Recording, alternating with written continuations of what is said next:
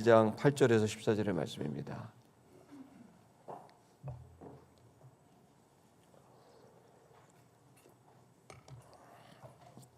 우리 한 절씩 교독하겠습니다. 그 지역의 목자들이 밤에 밖에서 자기 양떼를 지키더니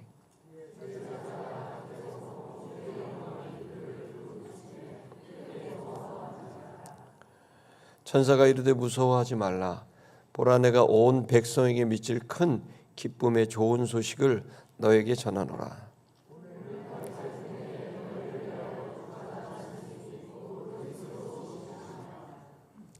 너희가 가서 강보에 쌓여 구유에 뉘어 있는 아기를 보리니 이것이 너에게 표적이니라 하더니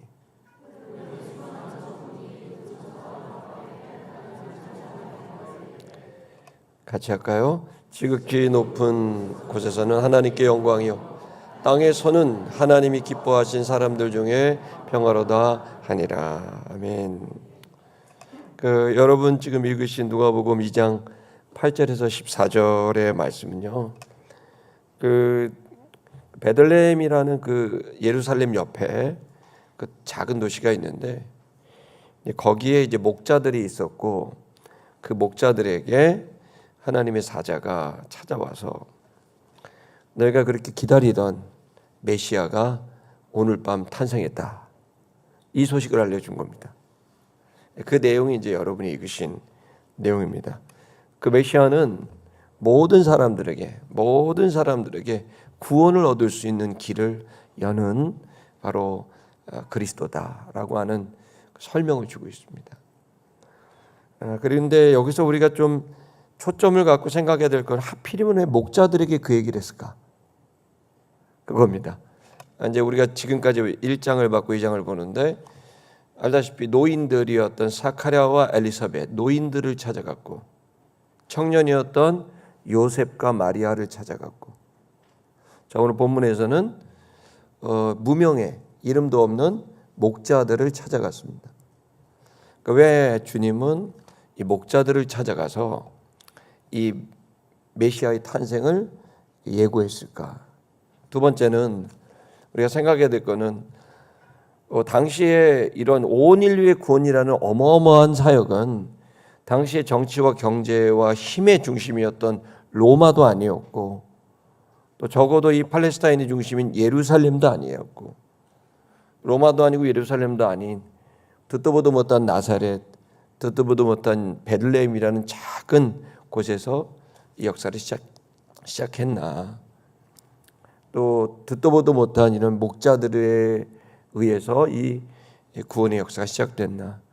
이 말씀은 누구든지 어느 땅이든 주님의 구원에 참여할 수 있다라고 하는 것, 이 말씀을 우리에게 주고 있다고 믿습니다. 더 나아가서 어느 땅이든 누구든 다 주님께 쓰임받을 수 있는 일꾼이 될 수 있다는 것을 또 얘기해 주고 있는 거죠. 이 시간 여러분 이 말씀을 통해서 우리가 두 가지 초점을 꼭 생각해야 됩니다. 하나는 뭐냐면 이 목자들을 왜 찾아갔나. 두 번째는 여기에서 나와 있는 복음의 내용이 뭔가. 이 예수가 탄생한 성탄의 그 내용이 무엇인가. 이 두 가지를 여러분이 오늘 좀 잡을 수 있다면 특별히 이 목자들이라는 차원에서 우리가 본다면 충성스러운 자들을 찾아본 거거든요. 미리 결론부터 말씀드린다면 이 목자들은 아주 충성스러운 그런 사람들이었습니다. 이 사람들을 찾아왔고 이 사람들은 이 어마어마한 인류 구원의 당사자로서 쓰임받게 됐습니다. 여러분 우리가 그런 삶의 기회가 열리기를 축복합니다. 우리 한번 좀 말씀을 좀 보도록 할까요? 우리 8절의 말씀을 좀 보겠습니다. 8절의 말씀을 보면 우리 원전 노트로 한번 보시죠. 8절입니다.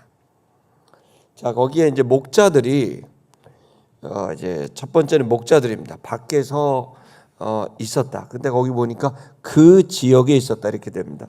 그 지역 정관사를 붙였는데 그 지역이라고 하는 것은 이 목자들에게 아주 목자들이 지켜야 될, 목자들이 해야 될 그 공간을 말하는 거죠. 그러니까 우리가 좀 생각해 봐야 되는 건 이 목자들이 어떤 사람인지를 이 본문이 얘기하고 있는 건데, 그 지역입니다. 그 지역은 뭐냐면 바깥에 있는 지역이에요. 목자들이 바깥에 있었어요. 그러니까 베들레헴 안에 있었던 것도 아니고 어떤 건물 안에 있었던 것도 아니고 베들레헴 바깥이었고, 물론 베들레헴 옆이었습니다. 그리고 또 건물 안이 아니었다는 거죠. 야외였다는 거죠. 근데 이들이 왜 그 야외에 있었냐면 지키기 위해서 있었다. 그러니까 뭘 지킵니까? 밤에 자기들의 양떼를 지키기 위해서 있었다, 이렇게 됩니다. 자, 여러분, 여기서 이 내용이 조금 의미가 있는 겁니다. 뭐냐면 제가 일부러 가로를 열고 복수를 했죠. 자기들의 양떼. 왜 이 얘기를 하냐면, 원래 자기 양이라고 하면 이해가 되는데 자기들의 양떼라고 하면 공동자산이에요.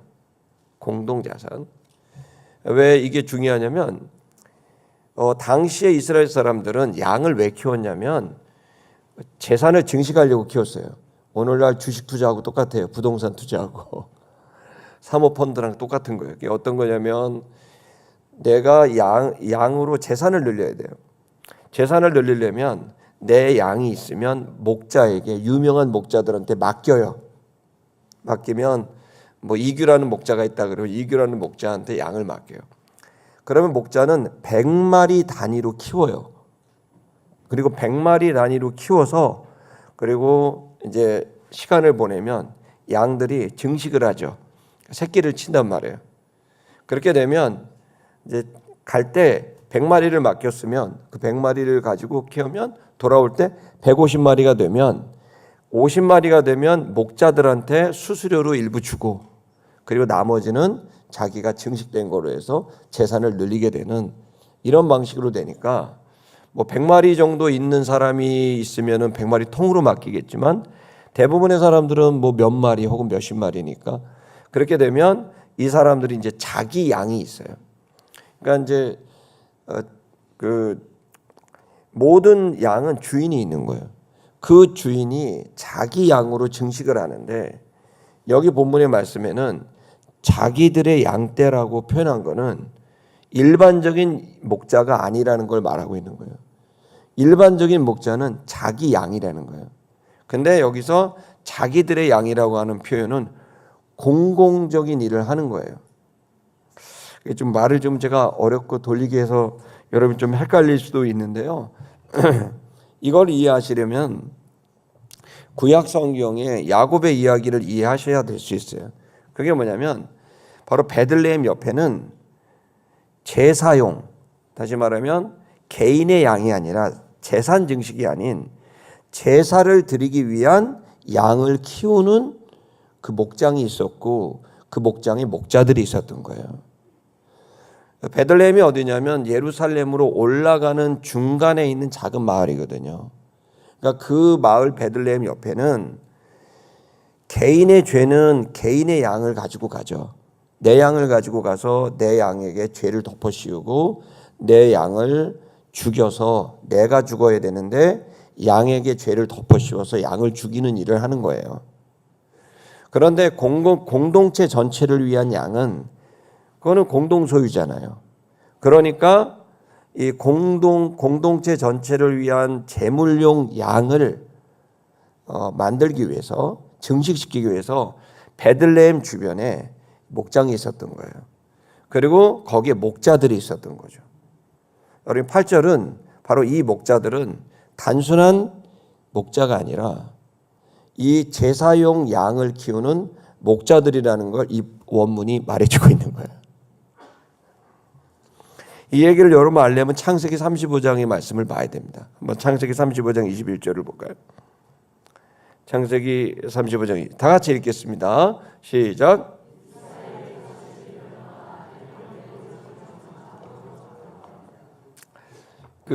이스라엘이 다시 길을 따. 여기 이스라엘은 야곱이죠. 야곱이 이름이 개명이 됐죠. 이스라엘이 다시 길을 떠나서 다시 길을 떠났다. 근데 에델 망대, 그러니까 미그달 에델이라고 하는데, 미그달은 망대고 망대라는 건 이렇게 지켜보는 데죠. 타워, 워치타워 같은 겁니다. 그래서 양을 관찰하고 양을 지키기 위해서 있는 망대가 있는데, 근데 그 망대의 이름이 에델 망대, 양떼들의 망대라는 뜻이에요. 양떼들의 망대라는 곳이 있었다는 거예요. 거기 주로 양이 가장 잘 증식될 수 있는 환경이 베들레헴에 있었던 거죠. 근데 이제 여기를 누가 가냐면 바로 이제 이스라엘, 야곱이 가게 되는 겁니다. 근데 다시 길을 떠나라고 돼 있잖아요. 그럼 다시라는 말이라면 바로 직전에 무슨 사건이 있었던 거죠. 그 사건이 뭐냐면 바로 라헬이 출산을 해요. 베들레헴에서 출산을 하는데 라헬이 그 아들을 낳아요. 그 아들을 낳는데 그 아들을 낳다가 돌아가셔요. 라헬이 이제 아들을 낳다 죽거든요. 그 아들의 이름이 누구였죠? 베냐민이죠. 예. 근데 원래 베냐민의 이름은 베냐민이 아니었죠. 베냐민이 아들을 낳고 아이를 낳고 자기가 죽을 것 같아서 그 아들의 이름을 뭐라고 짓냐면 베노니라고 져요. 베노니는 뭐냐면 슬픔의 아들. 베는 이제 아들, 슬픔의 아들이란 뜻이에요.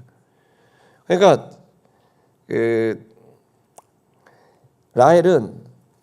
라헬이 그 형제들을 보니까 이 아이가 태어나서 앞으로 잘할 걸 생각하니까 이제 베노니의 이 아기의 형들을 보니까 뭐 보통이 아니거든요.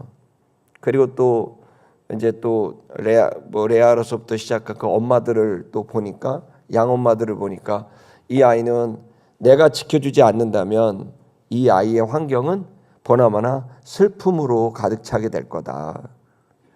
그래서 이 아이를 지켜줄 엄마인 내가 지켜주지 못하고 죽게 되니 이 아이는 슬픔의 아들이다라고 하는 이제 얘기를 한 거죠. 그러니까 객관적으로 보면은 슬픔의 아들이에요. 이 아이를 지켜줄 누구도 없어. 주인은 다 이 아이를 물어뜯을 만한 형제들밖에 없어. 이 아이가 스스로 자라난다는 건 불가능하고 이 아이가 자라나도 그 아이는 슬픔을 겪을 수밖에 없다는 생각이 이 엄마 라헬에게 있으니까 라헬이 눈물을 머금으면서 아들의 이름을 슬픔의 아들 베논이라고 지어주는 거예요. 근데 그 옆에 야곱이 이스라엘 듣다가 무슨 말이냐? 왜 베논이냐? 이 아이의 이름을 베냐민이라고 했어요. 베논이가 아니고 베냐민이다. 베냐민은 뭐냐? 오른손의 아들, 즉 권능의 아들이다. 그러니까 환경은 베논이의 아들로 살아가는데 이제 야곱은 이스라엘은 이 아이의 이름을 베논이라고 안 하고 슬픔의 아들이라고 안 하고 오른손의 아들, 권능의 아들이라고 이렇게 지어준 거죠. 이것은 앞으로 이 땅에서 태어나게 될 수많은 사람들이 베논이로 살게 되는데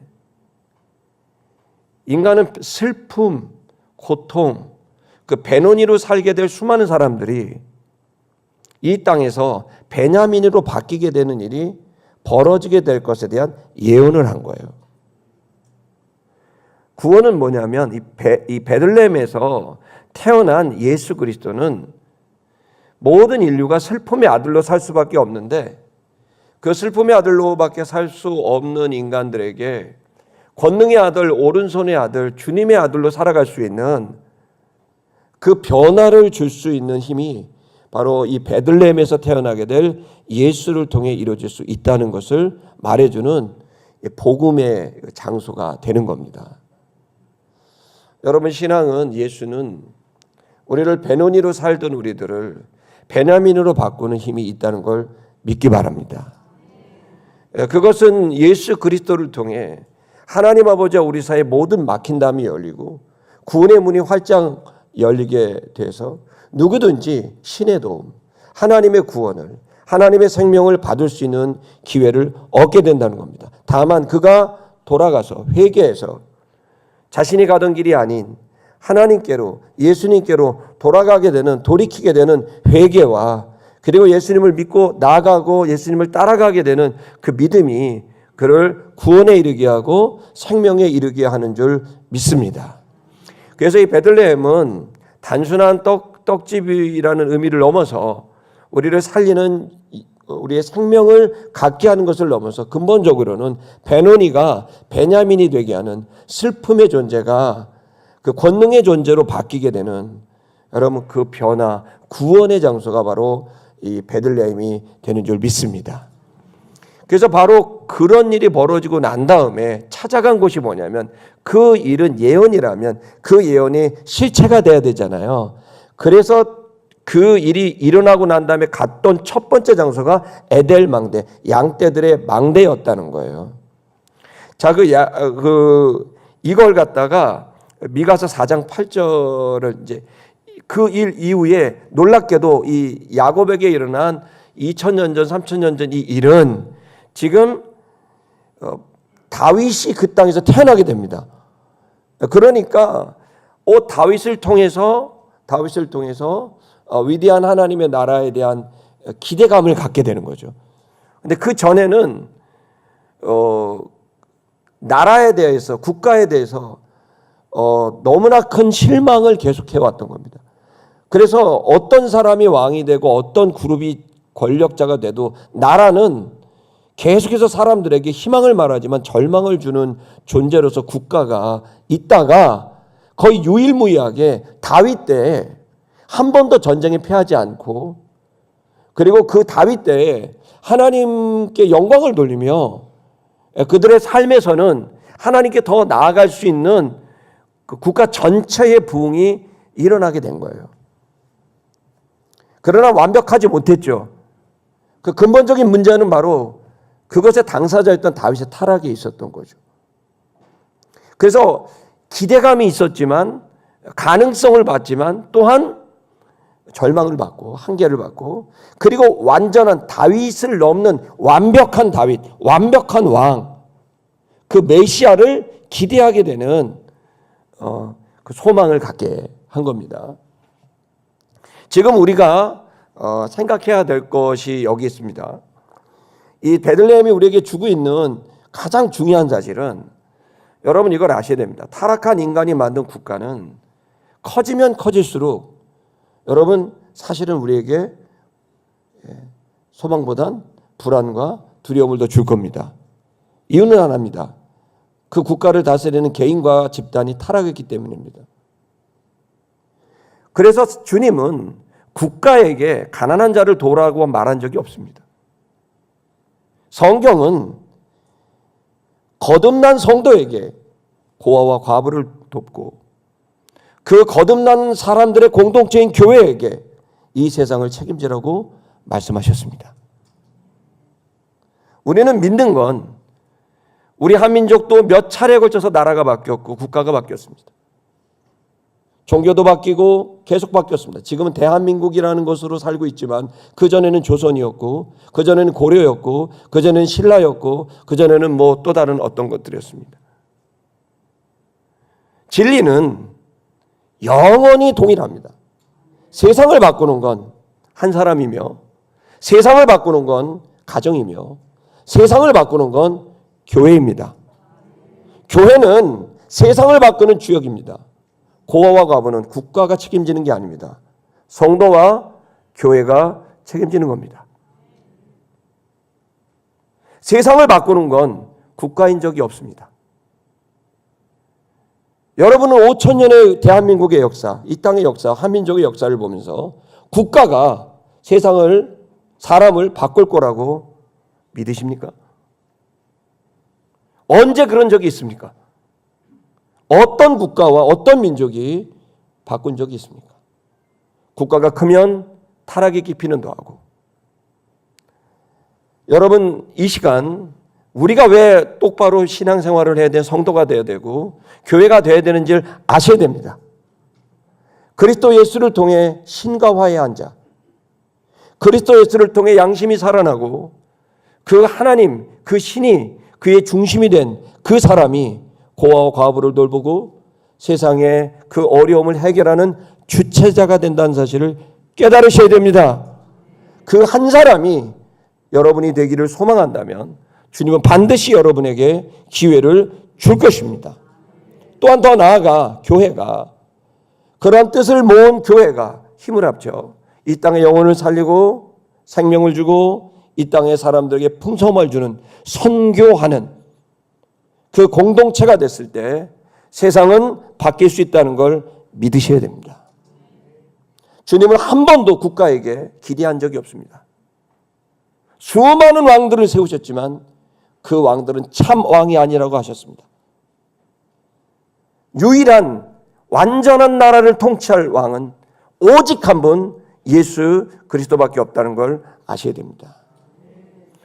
바로 베들레헴은 베노니와 같은 슬픔의 사람들을 헛개비 같은 인간의 왕이나 인간의 권력 집단이 아닌 한 사람, 바로 어린 양, 바로 예수 그리스도를 통해 모든 사람들을 바꾸고 그 사람들을 통해 또 다른 사람들을 바꾸는 여러분 생명의 역사를 베들레헴에서 시작하셨음을 믿기를 축복합니다.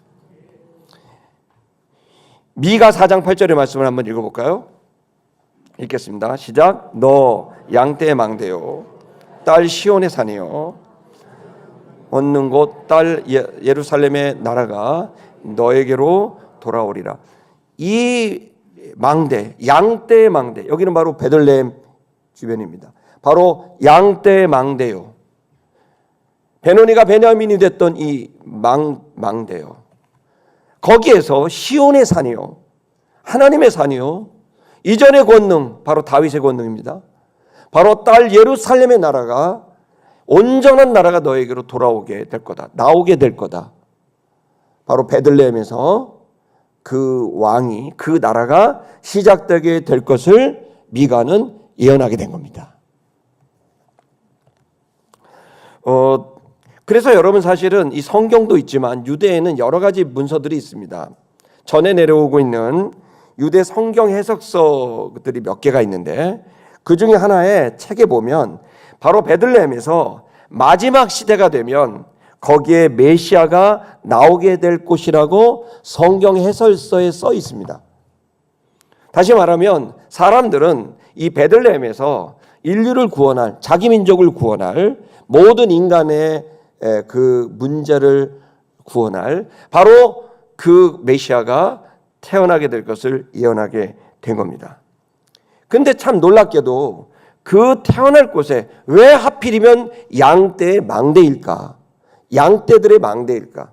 그 양떼들의 망대라고 하는 것은 또 재밌는 게 뭐냐면은 이 양떼들은 조금 전에 말씀드린 대로 그 양은 뭐에 쓰는 양이죠? 바로 제사에 쓰는 양입니다. 이스라엘 백성들은 1대1 하나님과 자신과의 관계는 매번 죄를 지을 때마다 또 절기 때마다 찾아가서 자기가 갖고 온 양을 가지고 와서 주님께 죄를 덮어씌우고 그 양을 죽임으로 죄가 해결이 되게 만듭니다. 해결하게 합니다. 그러나 이 공동체 전체에 대한 죄는 속죄일이라고 하는 한 날을 정하게 됩니다. 그 속죄일이라는 한 날에 이스라엘 전체를 대표해 죄를 해결하기 위해서 바로 양을 준비합니다. 그런데 이 양은 누가 준비할까요? 그 양을 준비했던 것이 바로 베들레헴입니다. 그리고 그 베들레헴에서 예루살렘으로 올라가는 베들레헴에서 그 양을 준비를 합니다. 그런데 이 양을 어떻게 준비할까요? 그 양은 반드시 조건이 있습니다. 아무 양이나 이 죄를 사할 수 없습니다. 뭐가 없어야 되냐면 흠과 점이 없어야 됩니다. 다시 말하면 얼룩달룩하면 안 됩니다. 또 하나는 뭐냐면 상처가 있으면 안 됩니다.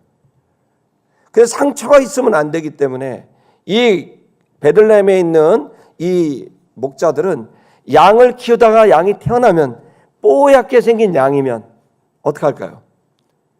이제 뽀얗게 생기는 것도 어렵죠. 얼룩이 날룩이가 생길 수 있으니까. 근데 뽀얗게 생긴 놈이 태어나면 어떻게 할까요? 하얀색 강보로 쌉니다. 왜요? 상처가 안 나라고. 그리고 그 강보를 싸서 다른 양이나 어미 양이 상하지 못하도록 하기 위해서 구유에다가 넣습니다. 그래서 이 양이 상처나지 않고 장애가 생기지 않도록 하얀색 강보에 싸서 구유에다가 올려놓고 이 아이가 제사용으로 제물로 되기 전까지 이 양을 극진히 키웁니다. 그리고 때가 되면 이 양을 민족의 죄를 위해서, 공동체 전 민족의 죄를 위해서 이 양에게 죄를 덮어씌우고 죽이게 되는 이 일을 양떼의 망대인 이 여기에 있는 목자들이 했던 일인 거예요.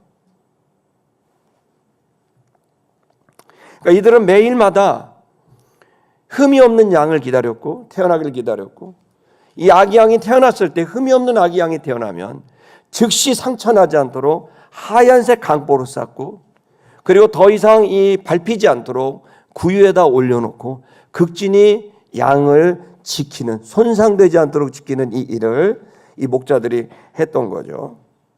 자, 바로 이 일을 했던 목자들에게 주님이 찾아온 겁니다. 왜요? 너희가 지금 민족의 죄를 위해서 계속해서 양을, 흠없는 양을 기다렸지. 그런데 완전한 양이 올 거야. 이 모든 양들은 일시적인 1년, 몇 달에 그 죄를 살 수 있을지 모르지만 완벽한 양을 보낼 거야. 완벽한 자가 오게 될 거야라고 하는 그 이야기를 본인들은 가지고 있는 거죠. 그러니까 늘 소망하고 있는 거예요.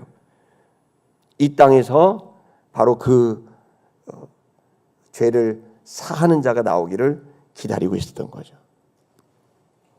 어쨌든 그래서 이 목자들은 여기에 초점을 맞추고 있었던 겁니다. 우리 한번 원문으로 다시 9절로 돌아가 볼까요? 원전 들어보면, 자 보십시오. 이 배경을 여러분 이해하셨죠? 그래서 주의 사자가 그들에게 곁에 섰습니다. 영광이 저들을 두르고 있었습니다. 영광이 가득하게 됐습니다. 그러면서 아주 특별한 초자연적인 체험이 일어나게 된 거죠. 이 바로 가브리엘 천사가 그들 앞에 선 겁니다. 그러자 그들이 두려워하니까 두려워하지 말라고 이야기를 합니다. 10절을 보겠습니다. 10절을 보면 천사가 말을 했습니다. 봐라, 너희는 무서워하지 마라. 이건 무서워할 일이 아니다. 어떻게 할 일이다? 어떠할 일이죠? 무서워할 일이 아니라 기뻐해야 될 일인 거죠. 그러면서 너희는 무서워하지 말라. 내가 좋은 소식을 전하노라. 너희에게 어떤 소식? 기쁨의 좋은 소식. 어느 정도의 기쁨? 큰 기쁨의 좋은 소식을 너에게 전하려고 왔다. 이제 더 이상 양이 필요 없게 되는 완벽한 죄가 완벽하게 제거되게 되는 바로 그 양이 오게 되는 그 소식을, 구원의 문이 열리게 된 이 소식을 너에게 전한다. 이 기쁜 소식은 온 백성에게 미칠 큰 소식이다. 온 백성, 모든 백성들에게 미칠 소식이다. 구원의 소식이다. 할렐루야. 여러분 보십시오. 그러니까 이 복음의 내용입니다. 복음은 뭐냐면 모든 사람들에게 기회를 주는 겁니다. 예수 그리스도가 양으로 오셔서 인류의 모든 죄를 대신 짊어지고 죄값으로 죽게 됐을 때 하나님과 인간 사이에 막혔던, 신에 다다를 수 없었던 그 막혔던 문이 열리게 되고 길이 열리게 된 겁니다. 그래서 예수는 구원의 길을 열은 것이죠. 그의 죽음과 부활을 통해 신에게 이룰 수 있는 기회를 열어준 겁니다. 예수가 이 땅에 온 것, 그리고 30년 동안 삶을 살다가 그가 죽고 부활함으로 말미암아 하나님에게 이룰 수 있는, 신에게 이룰 수 있는 길을 활짝 열어쓴 것을 여러분 믿기를 축복합니다. 2000년 전 그 일이 일어났습니다. 2000년 전 이제는 모든 사람들이, 온 백성들이 하나님께 이룰 수 있는, 구원에 이룰 수 있는, 생명에 이룰 수 있는 길이 열리게 됐습니다. 이것은 유대 땅 베들레헴에서 시작된 이 복음은 바로 예루살렘에서 완성이 되었고, 그 땅에서 죽으심과 부활을 통해 하나님과 인간 사이에 길을 열게 되었고, 이제 누구든지 그 길을 믿음으로 나아가는 자들마다 멸망치 않고 영생을 얻게 되는 주님의 선물이 주어지게 됐음을 믿기를 축복합니다. 그래서 그렇게 기다렸던 구원의 문, 이 구원의 문을 열기 위해 바로 메시아가 왔다는 이 소식을 천사가 전해주게 된 겁니다. 11절 보겠습니다. 11절. 그는 누구인가? 바로 구주, 구원자다. 인간을 구원할 자다. 민족을 구원할 자다. 모든 사람들을 구원할 자다라는 겁니다. 구주가 태어나게 됐다. 너희를 위하여 오늘날 그 구주가 나셨다. 이 얘기는 단순히 태어났다라고 하는 그런 관점도 있지만 이걸 신학적인 관점에서 보게 되면 인류에 하나님이 구원자가 등장하게 된 거예요. 우리를 구원하려고 인류의 역사 속에 베노니로 살고 있는 인류, 그 베노니로 살고 있는 인류에게 이제 베냐민으로 살 수 있는 그 기회를 열기 위해 하나님이 전적으로 계획하시고 전적으로 진행하셔서 드디어 역사 속에 이 베노니의 역사들 속에 바로 주님이 등장하시게 된 겁니다. 그는 구원자, 세이비어, 구원자로 우리 가운데 오셨음을 믿습니다. 그는 또 구원자지만 그리스도다. 바로 메시아다. 바로 모든 문제를 해결할 기름 부음 받은 하나님께서 기름 부음을 주고 그에게 권위를 준 유일한 그리스도로 바로 구원자가 되어서 우리에게 오셨다라고 말씀하고 있습니다. 여러분, 예수는 성경은 증언합니다. 주님께서 기름을 부은 유일한 존재, 구원의 문을 열 유일한 존재로 우리 인류 역사 속에 여러분 2000년 전 오셔서 그 일을 이루신 걸 믿습니다. 이제 그 구원의 문은 활짝 열려 있습니다. 12절을 보겠습니다. 12절을 봤더니 그러면서 이것이 표적이다 너희에게. 너희는 가서 보게 될 것이다. 미래형. 아기를 보게 될 것이다. 그 아기가 강보에 쌓여 있고 그 아기는 구유에 누여져 있는 그 아기를 너희들이 보게 될 거다. 이게 너에게 표적이 될 거다.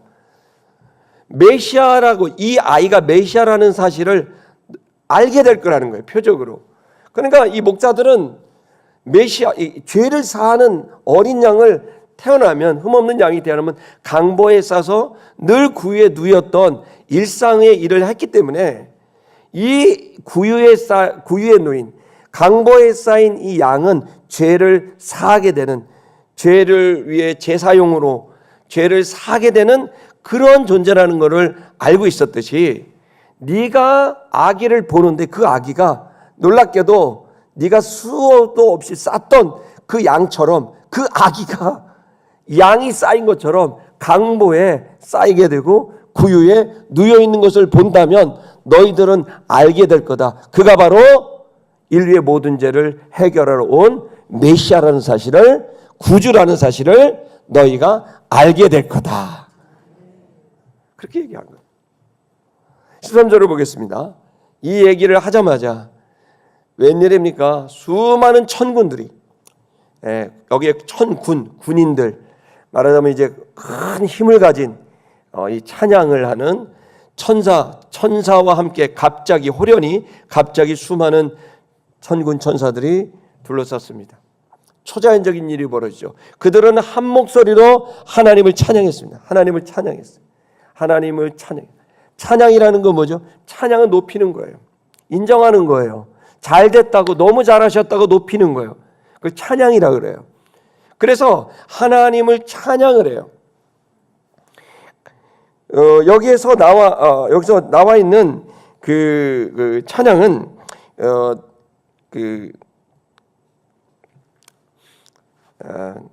찬양에도 이게 너무 많이 복잡하게 얘기해서 여러분 좀 헷갈릴 수도 있는데 찬양도 종류가 여러 가지가 있어요. 단어가. 근데 여기에 쓴 찬양이 뭐냐면 아이네오예요. 이거는 약속을, 맹세를 지키신 일에 대해서 높이는 이야기를 할 때 이 바로 있는 아이네오를 써요. 그러니까 무슨 얘기냐면 천사들이 찬송을 했는데 하나님 당신은 정말 약속을 지키시는 분이군요. 약속한 걸 꼭 이루시는 분이군요 라고 하면서 높였다는 거예요. 약속을 지키신 것에 대해서 높였다는 거예요. 아멘. 여러분, 우리가 하나님을 만날 때도 그렇지 않습니까? 하나님 나에게 약속한 걸 이루실 때 드디어 드림 컴 트루, 꿈이 이루어졌어. 내가 정말 기도 제목이 이루어졌어. 뭐 이렇게 너무 기쁘잖아요. 그럴 때 약속을 지키시는 주님, 야, 주님 말씀하신 거 어김없이 이루시는군요 라고 하면서 찬양하는, 그런 약속을 지키신 것에 대한 찬양을 할 때 쓰는 단어가 여기에 나와 있는 단어입니다.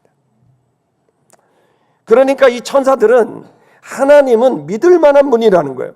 그분은 말씀하시고 약속하신 것을 반드시 이루시는데, 오늘 저녁 아이의 탄생을 통해 그 약속, 구원자를 보내겠다는, 메시아를 보내겠다는 그 약속을 이루셨군요. 그러면서 천사들이 엄청나게 주님을 찬양했다는 거예요.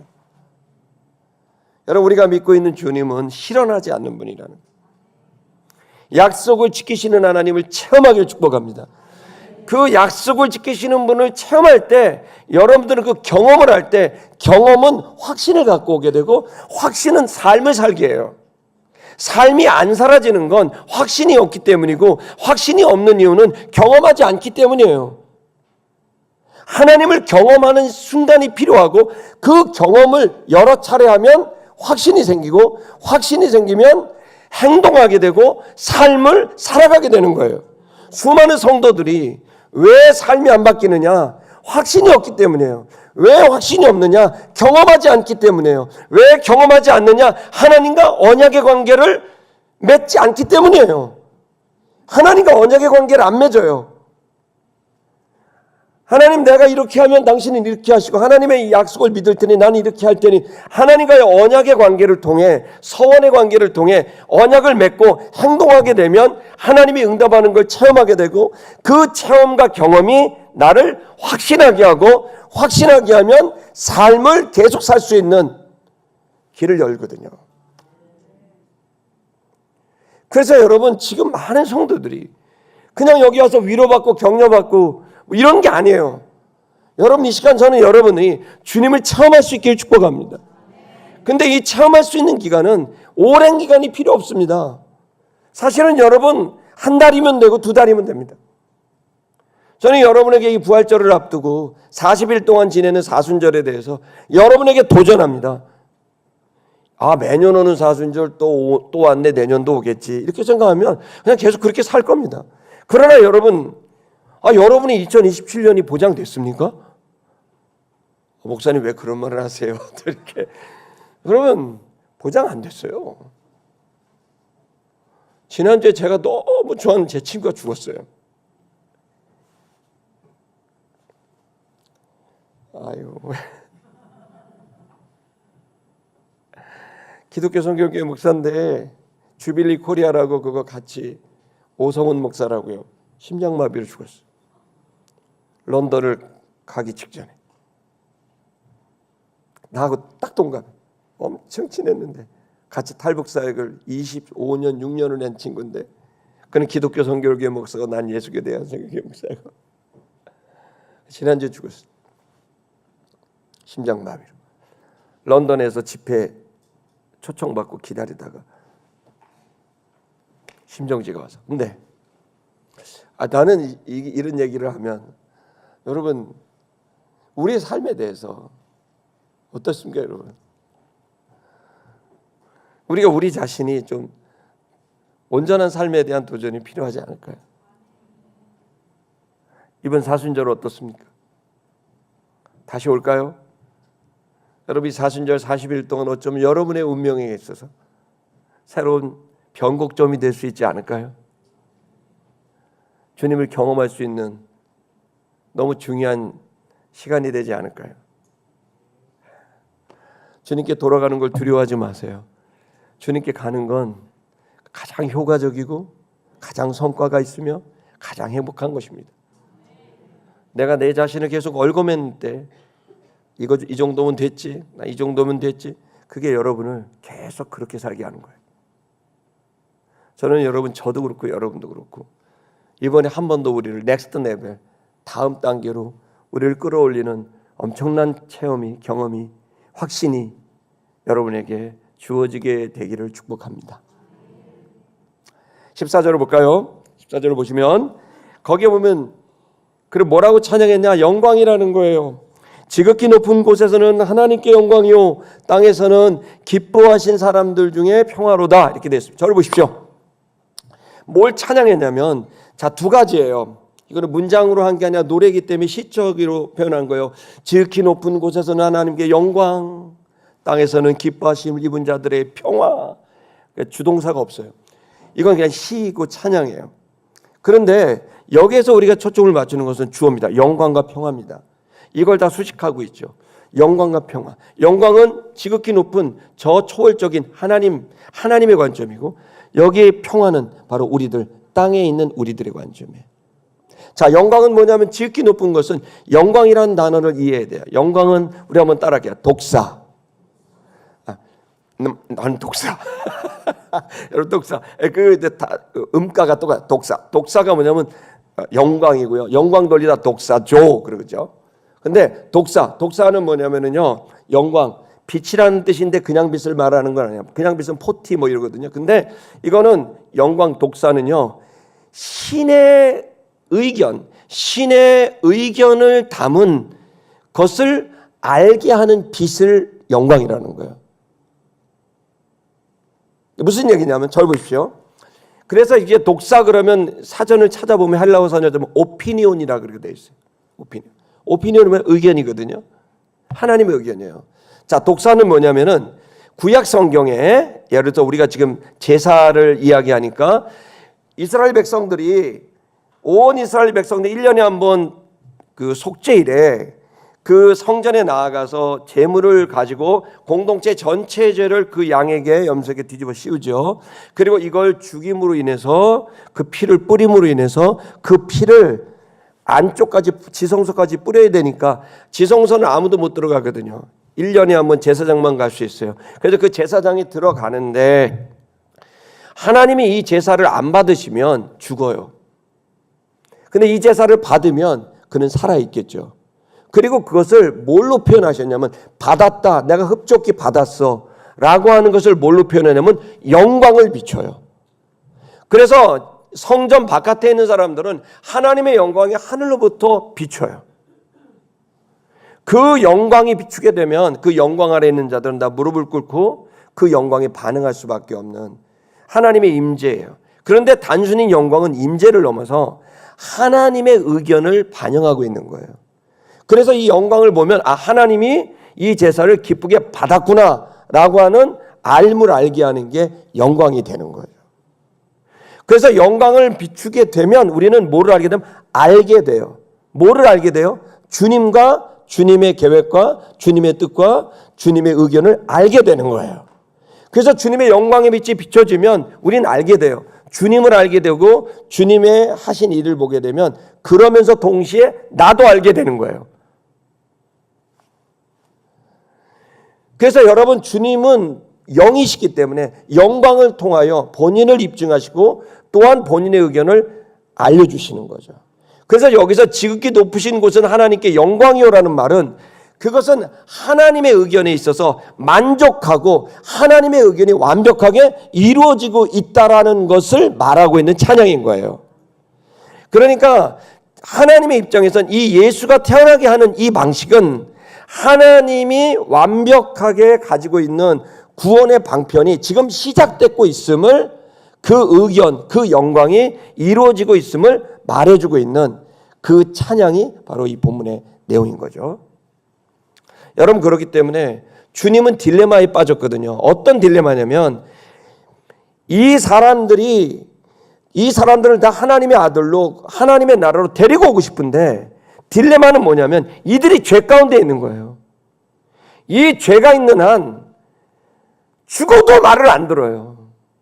자기를 고집하는 거예요. 이 상태로 천국에 오게 할 수는 없어요. 그렇다고 이들을 방치할 수도 없어. 이 문제를 해결하게 하기 위해서 주님이 고안해낸 게 그리스도를 보내서 그 그리스도 안에서 그 모든 자들이 새롭게 죄책감을 벗고 죄사함을 얻고 하나님에게 이룰 수 있게 하는 방법을 고안해내는 거죠. 그래서 그게 바로 주님의 뜻에 합하다는 거죠. 여러분 주님은 지금 우리들에게 구원 얻을 수 있는 방편을 제시한 거고 그 제시한 것을 이제 시작하셨다는 거예요. 그 시작이 베들레헴에서 배노니로 살고 있는, 슬픔으로 살고 있는 자들이 이제는 권능으로 살 수 있는 그 구원의 변화를 지금 베들레헴에서 시작하셨다라고 하는 걸 말해주고 있습니다. 아멘. 그것은 결국 뭘까요? 땅에 있는 우리들에게는 평화를 누리는 겁니다. 신과의 평화, 하나님과의 평화, 나 자신과 양심과의 평화, 그리고 또 다른 사람들과의 평화, 만물과의 평화를 갖게 된 그 평온이, 기쁨이, 자유가 임하게 되는, 예수 그리스도를 통해서 하나님도 만족하고 우리도 평화와 기쁨과 자유를 얻게 되는 이 구원이 베들레헴에서 시작되어서 예루살렘 그 골고다에서 완성된 것을 믿기를 축복합니다. 자, 여기에서 우리가 초점을 맞춰야 될 것, 다시 우리가 좀 말씀을 좀 정돈해 보면 오늘 우리에게 주시는 메시지는 뭘까라고 생각을 해보면, 우린 여기서 생각해야 될 것, 초점은 바로 목자들입니다. 주님은 지금 그 일을 이루셨고 이제 구원의 문은 활짝 열렸습니다. 이 복음을 전파할 수 있기를 축복합니다. 구원의 문이 열렸다고 많은 사람에게 알려주기를 축복합니다. 슬픔으로 살고 있는 사람들에게 더 이상 슬픔으로 살 필요가 없다고, 구원의 문이 열렸으니 빨리 회개하고 주님께로 돌아오고 예수께로 들어가라고 여러분 전파하고 설득하고 인도하는 여러분들 되시기를 축복합니다. 자, 그런데 있어서 이 목자들이 이 본문에서는 왜 이들을 선택하셨는가라는 초점을 우리가 생각하면, 이들이 하는 일이 결국 온 인류를 구원하는 일에 맞아떨어졌고, 그리고 그들은 그 일을 통해서, 그리고 온 인류를 구원하는 그 메시아를 기대하는, 다시 말하면 그들의 일상이 곧 그들의 선교지였고 그들의 하는 직업이 곧 그들은 선교였다는 것을 알 수 있는 거예요. 저는 첫 번째 여러분에게 도전합니다. 여러분이 하는 직업을, 여러분 사람을 살리는, 영혼을 살리는 직업으로 여러분 결정할 수 있기를 축복합니다.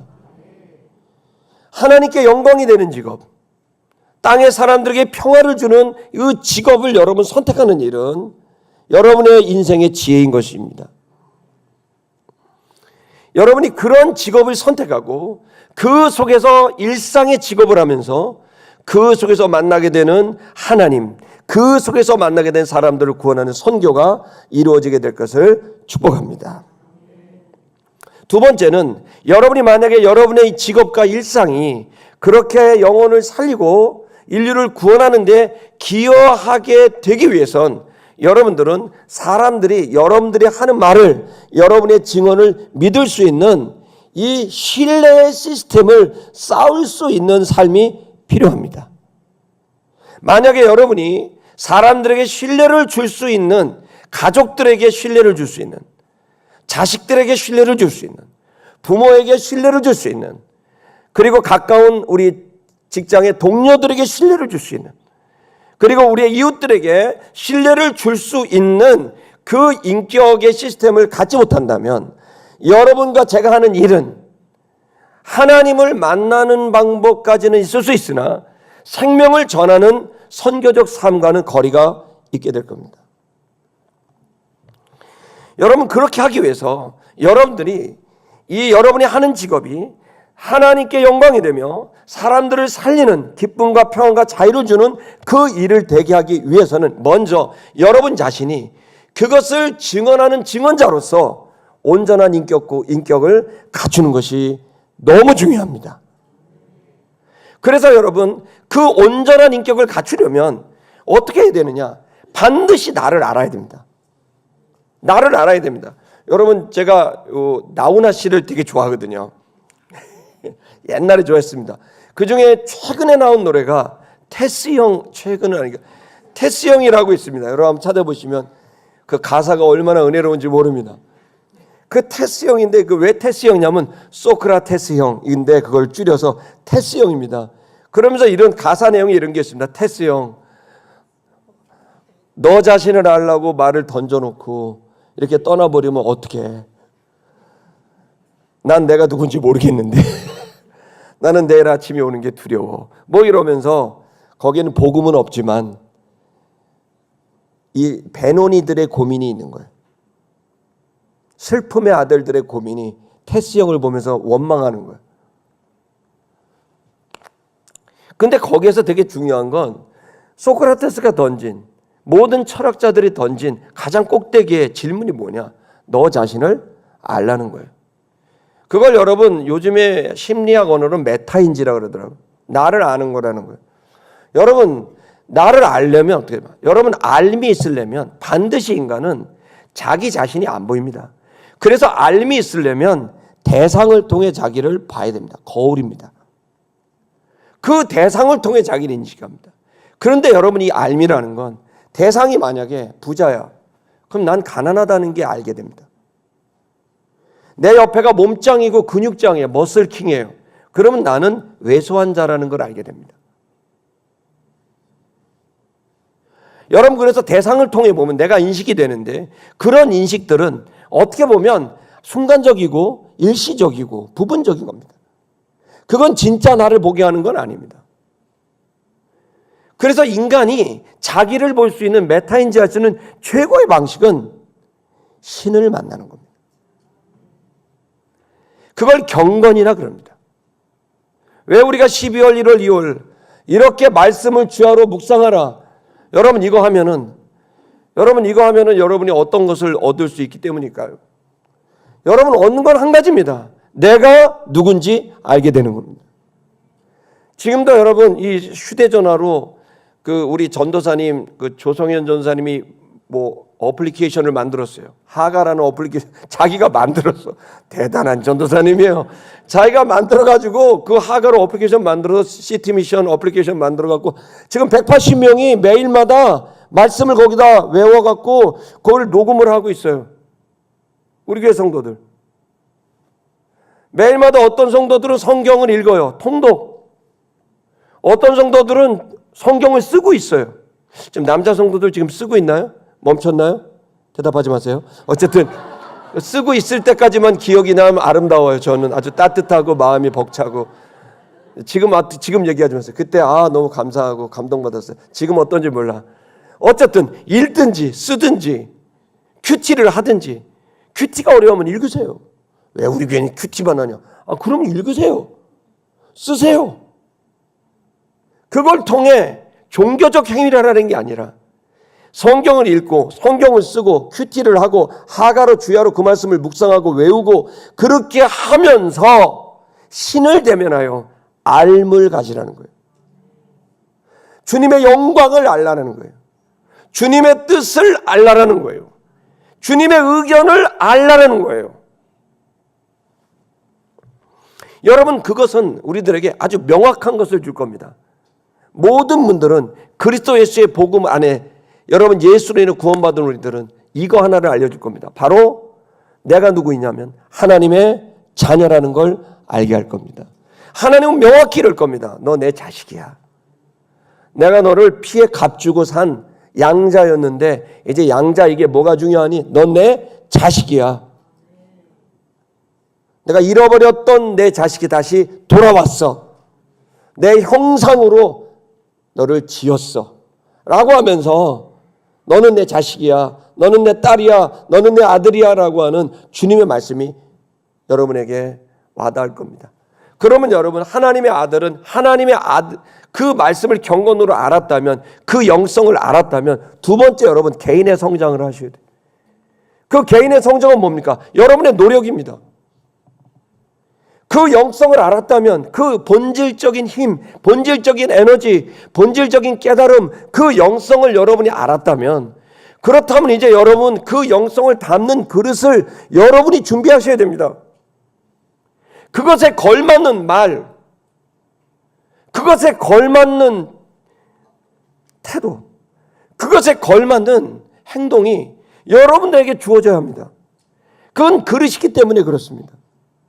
그 말과 행동과 처신이 주님의 영성이 담겨지게 됐을 때 여러분 그것은 놀라운 변화를 가져오게 됨을 믿길 축복합니다. 그러면 어떻게 우리는 어떻게 우리는 생각을 바꾸고 어떻게 우리는 말을 바꾸고 행동을 바꿀까요? 그건 여러분, 첫 번째로 여러분이 아셔야 될 것은 아주 지당한 원리입니다. 반드시 행동하면, 반드시 노력하고 반드시 심으면 반드시 결과가 돌아온다는 것을 깨달으셔야 됩니다. 이 알무로부터 시작해야 되는 겁니다. 근문율, 변하지 않는 근문율이 있습니다. 심는 대로 거두게 됩니다. 아멘입니까? 여러분 지금 방송실에 우리 박상훈 형제 석 달 전만 해도 지금으로부터 30kg가 많았습니다. 그런데 그 형제가 어느 날 결단을 한 겁니다. 나는 건강해야 되겠다. 매일마다 음식을 조절하고 매일마다 뜁니다. 4km, 5km, 8km 뜁니다. 그러더니 어느 날 점점 다른 모습으로 턱선이 나오고, 그러니까 갑자기 사람들이 중매를 쓰고 기적이 일어나는 겁니다. 몸도 심으면 거둡니다. 하나님에게 심으면 하나님이 거두게 하시고, 나 자신에게 심으면 나 자신에게 열매가 거둬집니다. 이웃에게, 가족에게 심고 이웃에게 심으면, 교회에다 심으면 반드시 돌아옵니다. 시편 136편 한번 볼까요? 시편 136편, 126편 죄송합니다. 시편 126편 읽겠습니다. 시작.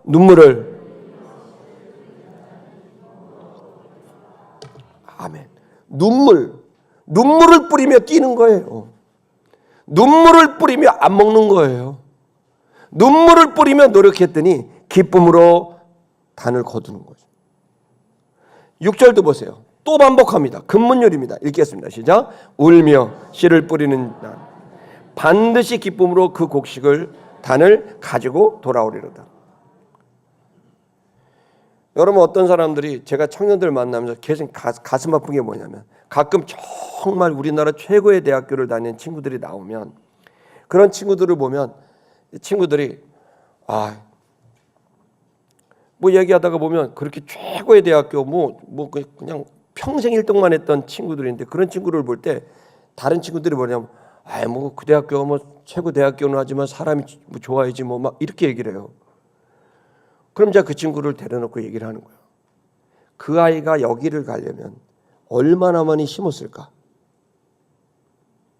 사람은 가치를 자기가 만드는 거다. 우리는 너무 쉽게 판단해. 예를 들어 1,000억 부자가 있어. 1,000억 부자가 있으면 저거 어떻게 하다가 돈으로 뭘 맞았나 저거 금수저겠지 이렇게 평가해요. 1,000억을 유지하고 가지려면 그는 얼마나 많이 심었을까? 많은 사람은 시기와 질투에 빠져 있어. 슬픔의 아들들이. 동기부여와 도전의 기회를 삼지 않아요. 그리스도 예수의 복음은 우리를 완전히 새롭게 해서 진실에 접근하게 하고 진리에 접근하게 해서 우리 자신을 새롭게 나아갈 수 있는 엄청난 긍정적 맑은 에너지를 갖게 합니다. 아멘입니까? 우리가 지금 그렇게 비아냥거리고 삐뚤어진 시선으로 함부로 말하고 행동한 건 죄송한 말이지만 배론이에요. 그 의식은 절대로 누구도 살릴 수 없어요. 잘 되는 사람을 잘 됐다고 박수 쳐주고, 그리고 그의 노고와 수고를 인정해주며, 그는 얼마나 많은 시간을 얼마나 많이 심었고 그 눈물과 땀이 얼마나 대단하길래 저 자리에 이르렀을까라고 하는 그 가치를 인정해주는 이 사고방식이 저와 여러분에게 되지 않는다면 아무리 기도를 하고 헌금을 하고 봉사를 해도 그것은 절대로 누구를 살릴 수 없는 그릇입니다. 이 병든 그릇을, 이 슬픔에 찬 이 그릇을 깨버리셔야 됩니다. 그리고 나는 평생 누군가에 주는 자로 살기를 원하는데, 그 주려면 담을 수 있는 자가 돼야 된다. 담을 수 있는 사고방식, 담을 수 있는 인격의 크기, 아량의 크기를 넘어서 아량을 넘쳐서 영량을 담아, 아량을 넓혀서 영량을 담아 하나님의 아름답고 위대한 역사에 나는 기여하며 살고 싶다. 이 좋은 마음, 이 좋은 사고방식, 이것이 좋은 씨앗이고 이런 씨앗, 이런 밭을 가진 자만이 30배, 60배, 100배를 거둘 수 있다는 걸 아셔야 됩니다. 반드시 울며 씨를 뿌린 자는 기쁨으로 단을 거두게 되는 걸 믿기 바랍니다. 그러므로 여러분, 우리는 이 슬픔의 아들이 가지고 있는 사고방식과 정서, 그리고 이 마음을 여러분 죽여야 됩니다. 요한복음 12장 24절 읽겠습니다. 요한복음 12장 24절 시작. 내가 진실로 진실로 너에게 이르노니 한 알의 밀이 땅에 떨어져 죽지 아니하면 한 알 그대로 있고 죽으면 많은 열매를 맺느니라. 한 알의 밀 좋습니다. 그런데 그게 죽어야 합니다. 깨져야 됩니다. 여러분, 저와 여러분이 생각과 사고방식이 이 설날, 설이 뭐죠? 낯설다, 새롭다는 뜻입니다. 이 낯설고 새로운 날 떡국만 드시지 말고 여러분의 사고방식을 깨서 낯선 사고방식, 예수의 사고방식, 주는 자의 사고방식, 복된 자의 사고방식, 이 사고방식으로, 낯선 사고방식으로 여러분이 새롭게 출발할 수 있기를 축복합니다. 마가복음 4장 20절 읽겠습니다. 시작. 좋은 땅에 뿌려졌다는 것은 100배의 결실을 하는 자니라. 좋은 땅에 뿌려지면 30배나 60배나 100배의 결실을 합니다. 반대로 말하면 좋은 땅이 아니면 못합니다. 씨앗도 중요하지만 밭이 중요합니다. 여러분의 마음밭이 중요합니다. 여러분의 마음밭이 30배, 60배, 100배가 걷어질 수 있는 마음이 되냐. 저는 이 마인드가, 이 마음이 주는 자의 마음이 된다면, 예수의 마음이 된다면 받아들이려고 하고 배우려고 하고 하나님의 아들이라는 높은 의식을 갖고, 고등의식을 갖고, 나는 무지하니 성경을 읽어야 하며 나는 무지하니 인문학과 사회학과 이런 세상을 알아고 읽어야 하며 나는 무지하니 내 전문 영역을 더 파야 되는 내 무지가 있으니 나는 죽을 때까지 배우고 죽을 때까지 나를 키우고 되겠다. 내가 알고 있는 지식만이 아니라 이 지식을 머릿속에 두는 게 아니라 말고 행동과 삶으로 가는, 그래서 내가 이 아는 지식을 앞서서 선두해서 내가 봉사하고 헌신하는 그런 자로 살아야 되겠다. 나는 반드시 내게 주어진 사명을, 사람 살리고 사람 풍성히 하는 이 사명을 반드시 이룰 수 있는 자다. 주님이 나와 함께 하시기에 나는 그래서 사명을 완수하는 자로 살겠다라고 하는 등등의 각자 자신이 가지고 있는 높은 자존감을 갖고 여러분 살아갈 수 있길 축복합니다. 여러분이 여러분 자신에 대한 존경감을 가져야 됩니다. 잘했냐 못했냐는 두 번째입니다. 그리스도 안에서 우리 모두는 기회가 있습니다. 그런데 여러분의 태도가 바뀌게 되면 여러분의 존재감과 무게감이 달라집니다. 존재감과 무게감과 영향력이 달라지는 이유는 첫 번째는 뭐냐면 하나님께 대한 여러분의 마음일 뿐만 아니라 두 번째는 여러분이 여러분 자신에 대한 지대한 존경과 지대한 가치를 보내야만 나는 하나님의 아들이야 라고 하는 그 엄청난 정체성으로 자기를 바라보는 시선을 가져야만 거기로부터 모든 것이 시작될 수 있다는 걸 아셔야 됩니다. 여러분이 여러분을 존경하지 않으면 누가 여러분을 존경하겠습니까? 여러분 하나님께 심을 뿐만 아니라 여러분 자신에게 심어야 됩니다. 여러분 그래서 먹고 싶은 거 있으면 드세요. 아멘을 왜 안 하세요? 아멘 세게 나올 줄 아는. 드시고 싶은 거 있으면 드세요. 아들한테 얘기하세요. 나 먹고 싶다. 하나님의 아들이다. 나 먹을 자격 된다. 아프면 쉬세요. 나 쉬고 싶다. 하나님의 아들이 피곤하도다. 그럼 쉬세요. 그리고 여러분을 아끼고 여러분에 있는 것들을 자꾸 채우세요. 지식을 넣고 좋은 정서를 넣고 하나님께 영성을 넣고 그런 과정에서 여러분이 섰을 때 따라하겠습니다. 입금 없이 출금 없다. 출금만 원하지 마세요. 옆에 사람 우리 축복하겠습니다. 새해 복 많이 받으세요. 새해 다시 크게 해봐요. 다시 새해 복 많이 받으세요. 그 다음 또 이렇게 따라 하셔야 된다. 새해 복 많이 받으려면 새해 복 많이 심으셔야 됩니다. 반드시 심는 대로 거두게 돼 있는 거예요. 이 시간 여러분, 이 목자들은 자기 일에 충실했고 주님의 나라를 바라봤고 구원을 바라봤고 보나 안 보나 자기 자신의 사명을 다 했던 충성스러운 사람들입니다. 이 사람들은 반드시 복을 받습니다. 하나님이 어떤 방식으로든 넘치도록 복을 주실 것을 축복합니다. 찬양하겠습니다.